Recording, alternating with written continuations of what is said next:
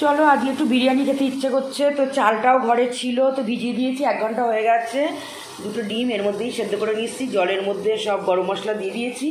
পেঁয়াজটা বিরিস্তা করবো, আর এই পেঁয়াজটা দিয়ে এটাও মানে মাংসটাও করব। অলরেডি অনওয়েজ জাফরান আনতে গেছে, অলরেডি আলুটা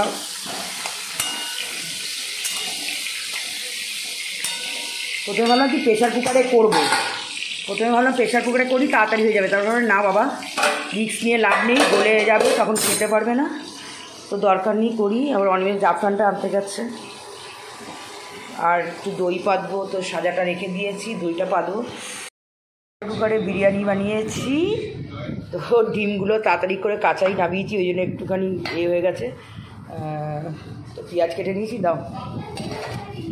জানি না কেমন হবে, আজকে ফার্স্ট টাইম আমি প্রেশার করে, এত দেরি হয়ে গেছে যে ওই জন্য আমি ভাবলাম প্রেশার কুকারেই করে দিই। তবে আমি সিটিটা ফেলিনি, পুরো দমে একদম কম করে দমে দিয়েছি, আমি কোনো সিটিটা দিইনি।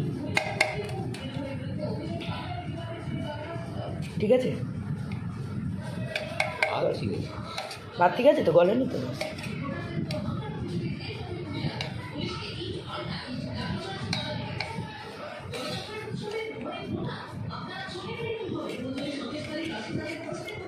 ইচ্ছা হলো, আজকে চিকেনও ছিল, রাইসটাও একটু ছিল, ভাবলাম কি করি, রাত্রে তো কিছু খাবার করা হয়নি, তো ভাবলাম বিরিয়ানিটা অনেক দিন ধরেই চিকেন বিরিয়ানি করব ভাবছিলাম। তো দেখো একদম ঝরঝরে হয়েছে, প্রেশার কুকারে হয়েছে না? ঠিক তলায় লাগেনি তো? আলু দাও, দেখো একদম ঝরঝরে হয়েছে।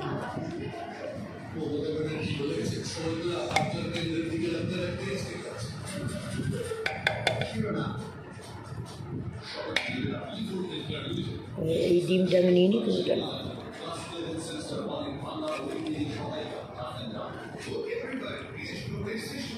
পেঁয়াজ আমি বেশি খাবো না। দেখো চাল একদম গোটা গোটা আছে,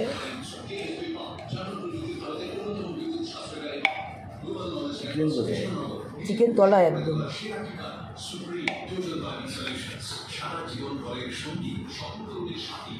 তলাটা উল্টাও ভালো করে।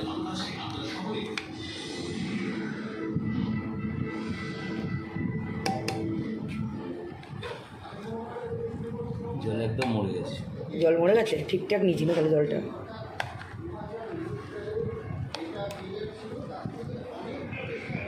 না ওটা না লেগটা নাও, তুমি নাও লেগে গেছে। রাত্রে এত দিও না, এত খাই না। দেখো দেখেছো, এরা গন্ধ পেয়ে কিরাম করছে, আমার পায়ের মধ্যে কুকুর করছে।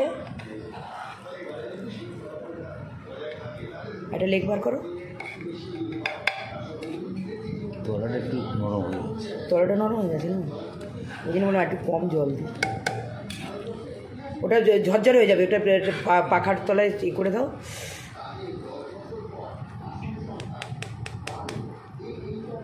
পেয়েছো চিকেনটা? বলে গেল, ওই তো